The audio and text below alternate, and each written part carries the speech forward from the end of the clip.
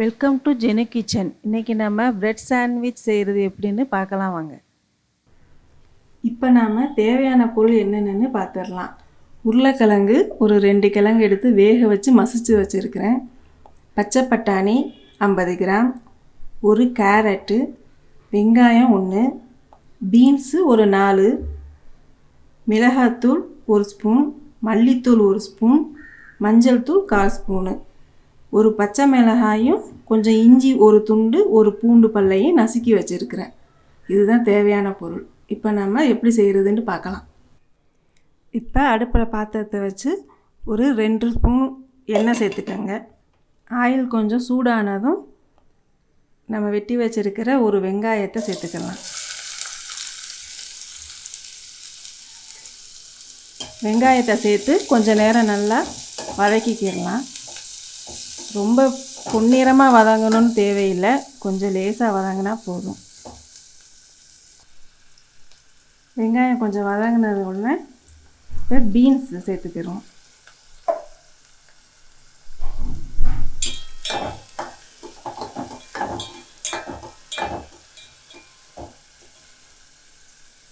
Beans, இப்போ carrot,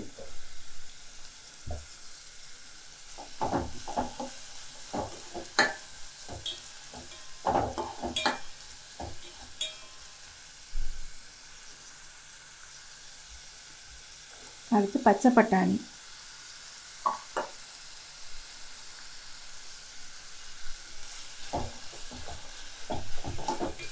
இது எல்லாம் கொஞ்ச நேரம் வேகட்டும்.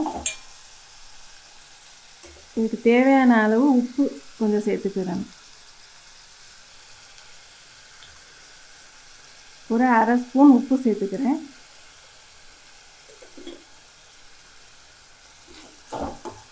இதையும் சேர்த்து கொஞ்ச நேரம் எண்ணெயிலேயே வேகட்டும். கொஞ்சம் வெந்த உடனே அதுக்கப்புறம் நம்ம உருளைக்கிழங்கு மற்ற மசாலா தூள்களை சேர்த்துக்கலாம். கேரட்டு பட்டாணியெல்லாம் இப்போ கொஞ்சம் நல்லா வெந்துருச்சு. இப்போ நாம் இந்த மிளகாத்தூள், மல்லித்தூள், 1/4 ஸ்பூன் மஞ்சத்தூள் அதெல்லாம் சேர்த்துடலாம். அப்புறம் ஒரு பச்சை மிளகாயும் ஒரு சின்ன துண்டு இஞ்சி பூண்டையும் நசுக்கி வச்சுருக்கிறோம் இல்லையா, அதையும் சேர்த்துக்கிறோம்.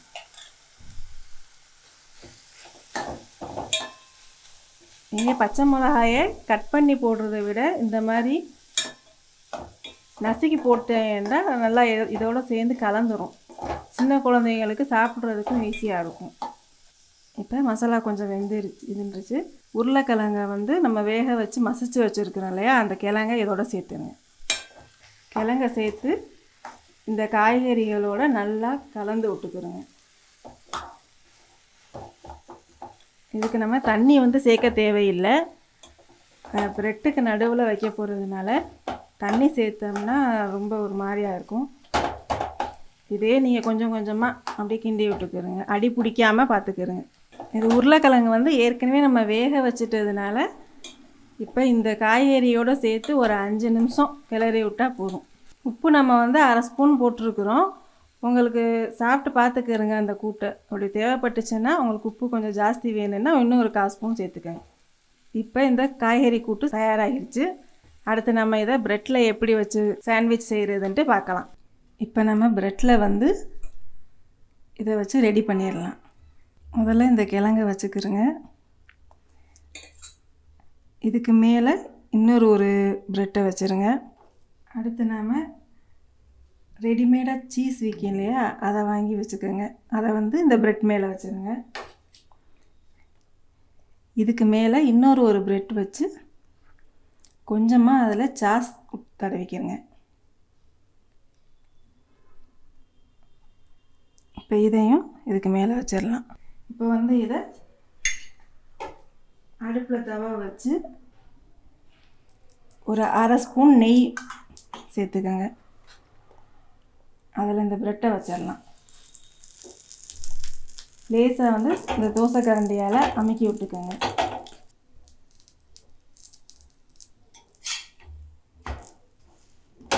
லேசாக டோஸ்ட் பண்ணால் போதும். இப்போ 2 பக்கமும் வெந்துருச்சு. இதை எடுத்து வச்சுக்கோங்க. அடுத்து இன்னொரு ப்ரெட்டில் இந்த கிழங்கு எடுத்து வச்சு இதுக்கு மேலே இன்னொரு ஸ்லைஸ் வச்சுருக்கேன். இப்போ இன்னொரு ப்ரெட்டில் கிழங்கு தடவியாச்சு. அதுக்கு மேலே ஒரு சீஸ் ஸ்லைஸை வச்சுருங்க.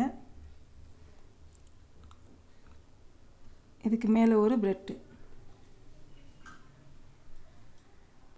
இப்போ இதையும் 1/2 ஸ்பூன் நெய் சேர்த்து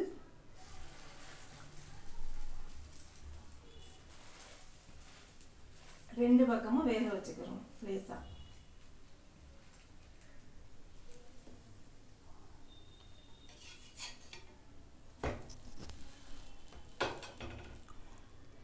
இப்போ நம்மளோட பிரெட் சாண்ட்விச் ரெடி ஆகிருச்சு. இதை நீங்கள் குழந்தைங்களுக்கு ஈவினிங்கில் ஸ்நாக்ஸாக செஞ்சு கொடுக்கலாம்.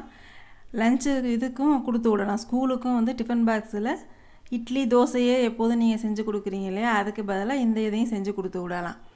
இது சாப்பிட்றதுக்கும் நல்லாயிருக்கும், ஹெல்த்தியானதும் கூட. ப்ரெட்டு காய்கறிகள் எல்லாமே சேர்த்து இருக்கிறதுனால உடம்புக்கும் ரொம்ப நல்லது. இதை நீங்கள் ஈஸியாகவே ஒரு 10 நிமிஷத்துலேயே செஞ்சிடலாம். நீங்கள் காய்கறி எல்லாத்தையும் ரெடி பண்ணி வச்சுக்கிட்டிங்கன்னா இந்த ப்ரெட்டு ஸ்லைஸையும் வச்சு இந்த காய்கறி கூட்டையும் அள்ளி வச்சு 5 நிமிஷத்துலேயே ரெடி பண்ணுற டிஷ் தான். இதை நீங்கள் சாப்பிட்டு பார்த்து சொல்லுங்கள்.